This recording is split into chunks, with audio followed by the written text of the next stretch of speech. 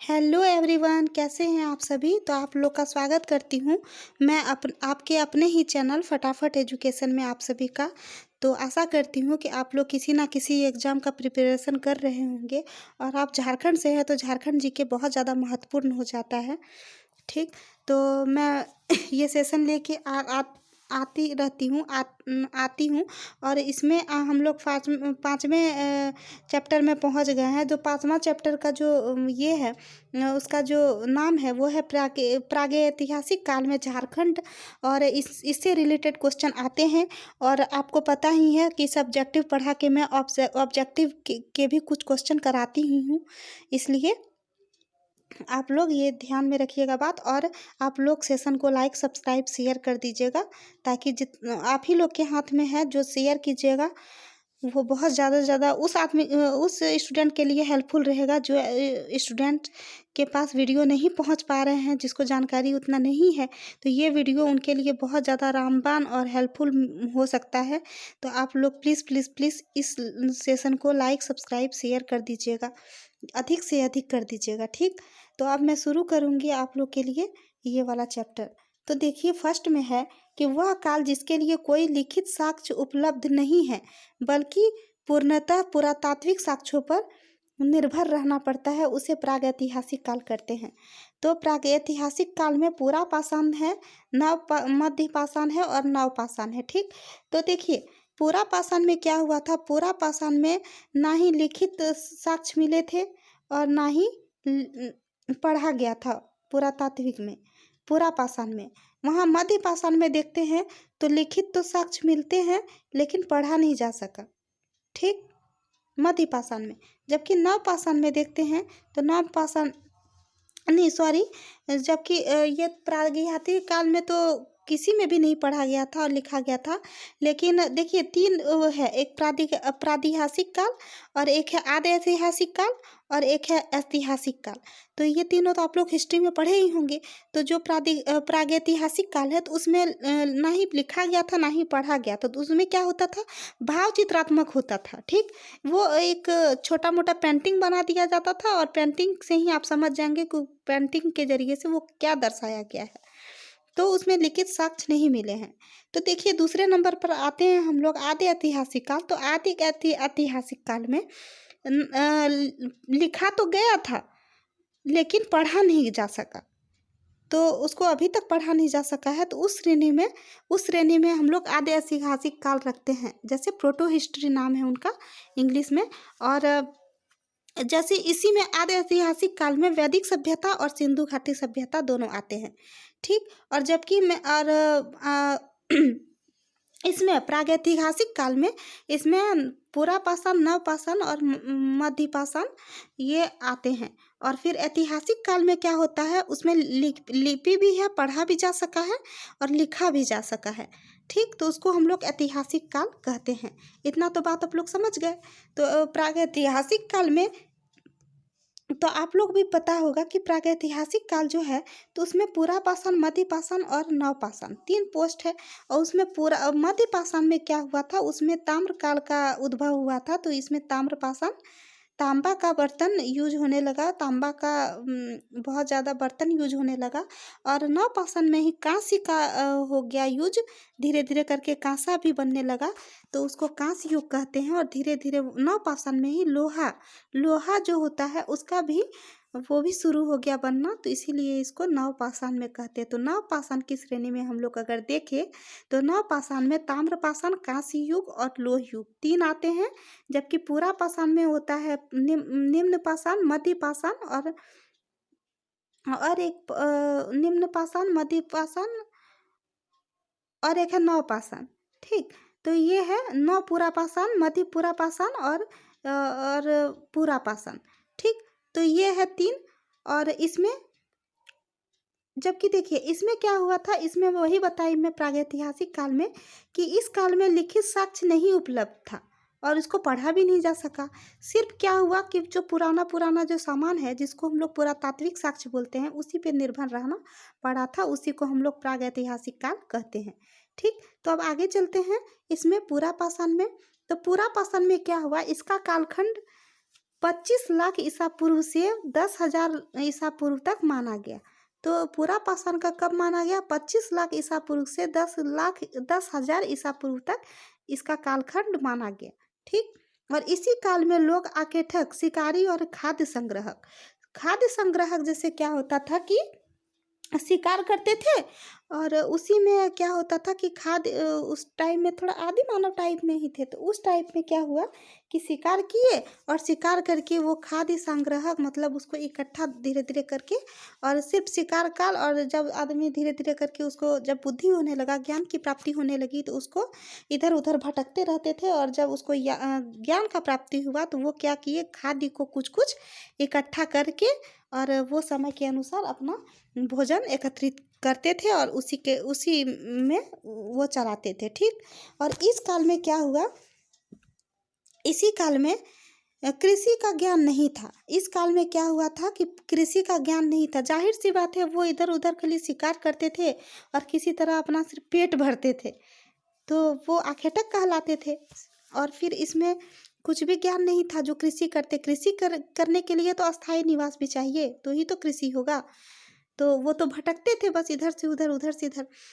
तो इसीलिए, और पशुपालन का भी प्रारंभ नहीं हुआ। तो हम लोग हिस्ट्री पढ़ेंगे जब, तो ये हिस्ट्री में पढ़ाई थी मैं। अगर आप लोग नहीं देखे हैं तो देखिएगा, क्लास 6 का एनसीईआरटी हिस्ट्री में मैं पढ़ा चुकी हूँ, प्लेलिस्ट में मिल जाएगा आप लोग को, तो उसमें देखिएगा। तो ऐसा कुछ हुआ था। ठीक। और इसी काल में क्या हुआ था, आग का खोज हो चुका था। तो हुआ कैसे था कि कोई भी आदि मानव सब इधर उधर धीरे धीरे करके, वो तो कुबड़ वाला इंसान होता था, तो वो क्या हुआ, धीरे धीरे किसी बीच में लड़ाई हो जाता था तो वो सब क्या करते थे, पत्थर से मारने उड़ने लगते थे एक दूसरे को। तो कभी कभी पत्थर में पत्थर भी टकरा जाता होगा, तो पत्थर में पत्थर जब टकराता था ना, तो आग की उत्पन्न होती थी, तो आग हो जाती थी। तो धीरे धीरे ये सबको पता चल गया कि अरे इसमें पत्थर में पत्थर टकराते हैं तो उससे आग निकलता है। तो उसका ज्ञान उस सबको हो चुका था प्रागैतिहासिक काल में, परंतु उसके उपयोग का ज्ञान नहीं था। मतलब वो तो पता था कि चल गया था कि वो सब पत्थर से पत्थर टकराने के बाद आग निकलता है, लेकिन उसका उपयोग कैसे करें वो पता नहीं था। ठीक। और झारखंड में इस क्षेत्र के अवशेष हजारीबाग, बोकारो और रांची देवघर, ठीक, पश्चिमी सिंहभूम, पूर्वी सिंहभूम आदि क्षेत्रों में प्राप्त हुए। तो क्या हुआ, इस काल के जो अवशेष मिले हैं वो हजारीबाग, बोकारो, रांची देवघर, पश्चिमी सिंहभूम और पूर्वी सिंहभूम आदि क्षेत्रों से प्राप्त हुए थे। ठीक। और वहीं पे हजारीबाग में पाषाण कालीन मानव निर्मित पत्थर के औजार भी मिले हैं। तो हजारीबाग में क्या मिला है, पाषाण काल का जो मानव के द्वारा जो निर्मित पत्थर थे। जैसे देखिए, ये पत्थर है ना थोड़ा चौड़ा टाइप में, ये पत्थर चौड़ा टाइप में था। जब हल्का फुल्का उसको पता चल गया कि पत्थर का इतना प्रयोग है, तो पत्थर को ही बोलते हैं पाषाण। ठीक। पत्थर को ही पाषाण कहते हैं, तो वो पत्थर का युग को बोलते हैं पाषाण का। और फिर क्या हुआ, धीरे धीरे जब बुद्धि होने लगा, इंसान को ज्ञान प्राप्ति होने लगी, तो उसको हल्का नुकीला किया गया। उसके बाद अपने अनुसार वो सांचा को ढालने लगा। उसके बाद क्या हुआ, जैसे शिकार भी करते थे। जैसे धीरे धीरे आप देखेंगे कि नवपाषाण में जब इंसान को थोड़ा ज्ञान प्राप्त होने लगा, ज्ञान मिलने लगा, तो फिर वो अस्थायी निवास किए। तो खेत उत जोतना, जो खेत उत में वो जब खेती करते होंगे, तो उसी टाइप में, उस तरह ज़्यादा तो था नहीं, तो उसी टाइम में क्या होता था, पत्थर का नुकीला करते थे। इससे क्या होता था कि पशु जो मारते थे उसका चमड़ी उमड़ी भी छील छील लेते थे इससे, इस पत्थर के नुकीले वाले क्षेत्र से। और फिर क्या होता था कि इससे खेत बुनाई जुताई भी हो जाती थी हल्का फूट। तो ये होने लगा। ठीक। और फिर यहीं पे झारखंड में इस काल के अवशेष तो बता चुके कि हजारीबाग, बोकारो, रांची, देवघर, पश्चिमी सिंहभूम, पूर्वी सिंहभूम आदि क्षेत्रों में हुआ था। और वहीं पे हजारीबाग में पाषाण कालीन मानव से निर्मित जो पत्थर मिले थे, वो पत्थर के औजार मिले हैं कहाँ, हजारीबाग में, याद रखिएगा। और मई 2019 में भारतीय पुरातत्व विभाग रांची सर्किल ने लगभग 10,000 वर्ष पुराने पूरा पाषाण काल अवशेष रांची, रामगढ़, सिमडेगा, पश्चिमी सिंहभूम से खोजा था। तो ये 2019 की घटना है। मई 2019 में पुरातत्व विभाग कुछ जो बहुत प्राचीन थे, जो 10,000 पूर्व पहले का था प्राचीन पूरा पाषाण, तो उसके अवशेष मिले थे कहाँ से? रांची, रामगढ़, सिमडेगा, पश्चिमी सिंहभूम से खोजा था। आते हैं मध्य पाषाण में, तो मध्य पाषाण का जो कालक्रम चला, वो चला 10,000 ईसा पूर्व से 4,000 ईसा पूर्व तक इसको माना जाता है कि 10,000 ईसा पूर्व से 4,000 ईसा पूर्व तक ये चला मध्य पाषाण काल। उसके बाद इस काल में पशुपालन की शुरुआत हो चुकी थी। मतलब इस काल में क्या होने लगा, धीरे धीरे मानव को धीरे धीरे करके अस्थाई निवास होने लगा, और धीरे धीरे अस्थाई निवास जब करने लगा तो मानव को हल्का फुल्का ये मतलब ज्ञान हो गया था कि अरे यहाँ पे पहले फर्स्ट जानवर तो कुत्ता ही बनाया गया था। तो इस कालखंड में कुत्ता, बकरी, भेड़ ये सब पालने लगे। तो पशुपालन का भी शुरुआत हो गया इसमें मध्यकाल में। और फिर झारखंड में इस काल के अवशेष दुमका, पलामू, धनबाद, रांची, पश्चिमी सिंहभूम, पूर्वी सिंहभूम आदि क्षेत्रों से प्राप्त हुए हैं। तो ये जो पशुपालन वाला जो क्षेत्र था, तो इस काल का जो अवशेष था, मध्यकाल का जो अवशेष पाया गया है, वो कहाँ पाया गया है? झारखंड के दुमका, पलामू, धनबाद, रांची, पश्चिमी सिंहभूम और पूर्वी सिंहभूम आदि क्षेत्रों में ये पाए गए हैं। ठीक, वहीं पे देख लेते हैं अब नवपाषाण काल। तो नवपाषाण में इसका कालखंड जो चला, कालक्रम खंड जो चला, वो चला 10,000 से 1,000 ईसा पूर्व तक। ठीक, 10,000 से 1,000 ईसा पूर्व तक ये नवपाषाण काल चला है। और इस काल में कृषि की शुरुआत होने लगी थी। इस काल में धीरे धीरे देखिए यहीं पे अस्थाई निवास होने लगा, और उसी पे ये सबको पता चलने लगा। और पशु भी खाते थे, वो सब भोजन के तलाश में पशु भी खाते थे, तो पशु भी कमी पड़ने लगती थी, तो एक स्थान से दूसरे जगह जाने लगे। तब ये सबको ख्याल आया कि अरे कुछ पशुपालन अगर हम लोग भी कर लेते हैं, जैसे गाय बकरी भी कर लेते हैं हम लोग। गाय तो था नहीं तभी, भेड़ बकरी था, कुत्ता था, यही सब था, तो कर लेते हैं। तो उससे हम लोग का पशुपालन भी हो जाएगा, और उसी में हम लोग का क्या हो जाएगा, खाद्य हम लोग का संग्रहक भी हो जाएगा। और हम लोग कुत्ता जैसे पालते हैं, तो कुत्ता पालते हैं तो वो देख रेख घर का करता है, तो उस चीज़ का ये सब का ज्ञान आ गया था तभी। ठीक, तो इसी काल में कृषि का शुरुआत भी हो गया था। और फिर इसी काल में क्या हुआ था, आग के उपयोग और कुंभकारी का प्रयोग हो चुका था। जो आग का उपयोग था कि कैसे करना है, पूरा पाषाण में हम लोग जाने कि आग का उपयोग नहीं जाना था, सिर्फ इतना जाना था कि आग ऐसे निकलता है, पत्थर से पत्थर टकराते हैं तो आग निकलता है। लेकिन इस नवपाषाण में आग का उपयोग करना भी जान गया, और कुंभकारी का प्रारंभ भी हो गया। और झारखंड में इस काल के अवशेष रांची, लोहरदगा, पश्चिमी सिंहभूम और पूर्वी सिंहभूम आदि क्षेत्रों में पाए गए हैं। और छोटा नागपुर जो है, छोटा नागपुर प्रदेश में इस काल के 12 हस्तकुठार पाए गए हैं। तो क्वेश्चन ऐसे आते हैं कि 12 हस्तकुठार कहाँ पाए गए हैं, तो छोटा नागपुर में। और ये भी क्वेश्चन आ सकता है उल्टा के कि छोटा नागपुर प्रदेश में इस काल में क्या मिला था, तो 12 हस्तकुठार मिले थे। ठीक, अब आ जाते हैं ताम्रपाषाण में। ताम्रपाषाण जो है, तो उसका जो कालखंड है, कालक्रम है, वो 4,000 ईसा पूर्व से 1,000 ईसा पूर्व तक चला था। ठीक, और इसी काल में हड़प्पा पूर्व काल, हड़प्पा काल और हड़प्पा पश्चात काल तीनों से संबंधित है। ठीक, ताम्रपाषाण में क्या था कि हड़प्पा का पूर्व काल था पहले, उसके बाद हड़प्पा काल भी आया इसी टाइम में, और हड़प्पा पश्चात मतलब हड़प्पा के बाद का जो काल था, ये तीनों काल ये ताम्रपाषाण से संबंधित हैं। और ताम्रपाषाण में पत्थर के साथ साथ तांबे का प्रयोग का प्रारंभ करने लगा, और होने के कारण इस काल को ताम्रपाषाण कहा जाता है। तो हम लोग बताए थे पहले ही कि इस काल में तांबा का प्रयोग हो रहा था, इसीलिए ताम्रपाषाण इसका नाम रखा गया था। और वहीं पे मानव द्वारा प्रथम प्रयोग की गई प्रथम धातु तांबा की थी। तो मानव के द्वारा प्रयोग की गई थी, जो वो प्रथम धातु तांबा ही थी, जो मानव के द्वारा प्रयोग किया गया था। ठीक, और झारखंड में इस काल का केंद्र बिंदु सिंहभूम था। तो इस काल तो ताम्रपाषाण जो है, तो इस काल का केंद्र बिंदु सिंहभूम में था। और इसी काल में असुर, बिरजिया, बिरहोर जातियां तांबा गलाने तथा उससे संबंधित उपकरण बनाने की कला से परिचित थे। तो इसी काल में क्या हुआ, इस काल में असुर, बिरजिया और बिरहो, असुर, बिरजिया और बिरहो, ये तीन जनजाति ऐसी थी कि ये तीनों जनजातियां तांबा गलाने और उससे जो संबंधित उपकरण बनते थे वो बनाने की कला से बहुत अच्छे से परिचित थे। कौन कौन थी ये तीनों जनजाति? असुर, बिरजिया और बिरहो जनजाति, जो तांबा गलाने के साथ साथ उससे जो संबंधित उपकरण बनते थे उस कला से भी निपुण थे।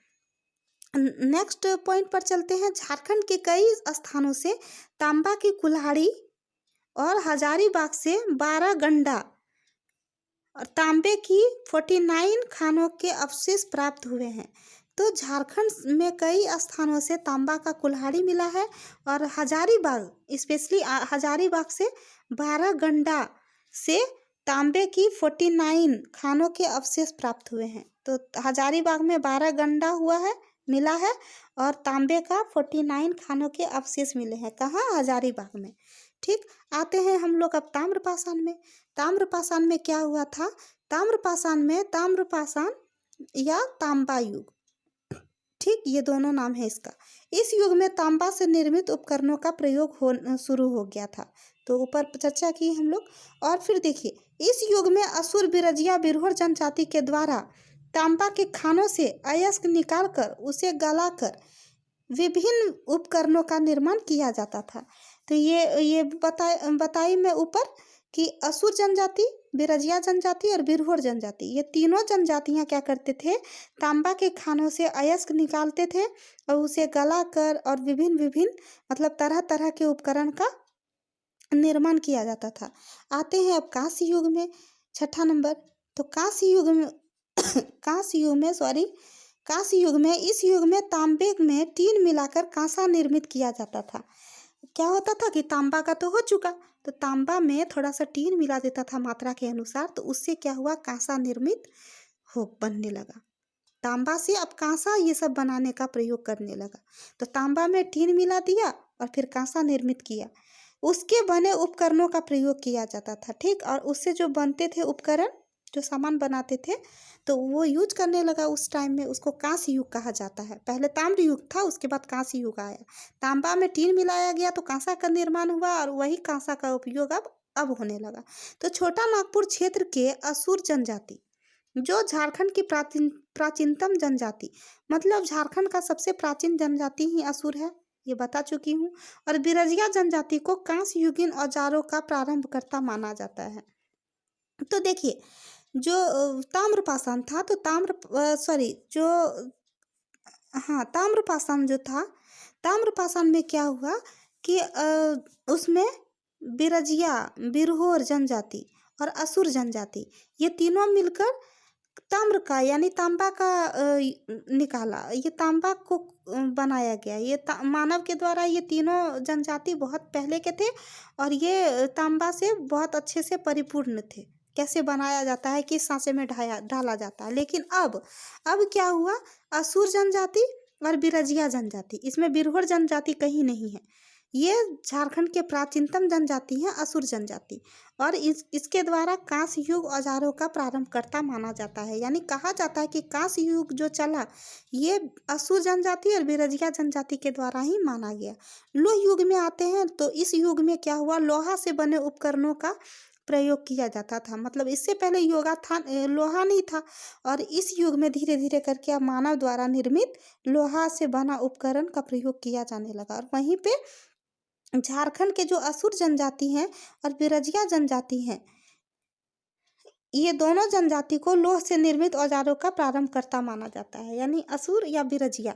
तो देखिए, कांस्य युग में भी यहाँ पे गौर करने वाली बात है कि कांस्य युग में भी असुर और बिरजिया जाति को कांस्य युगीन औजारों का प्रारंभकर्ता माना जाता है। और वहीं पे अगर हम बात करें लोह युग का, तो लोह युग में भी असुर और बिरजिया जनजाति के जो लोग थे, वो लोहा से निर्मित औजारों का प्रारंभकर्ता माना जाता है।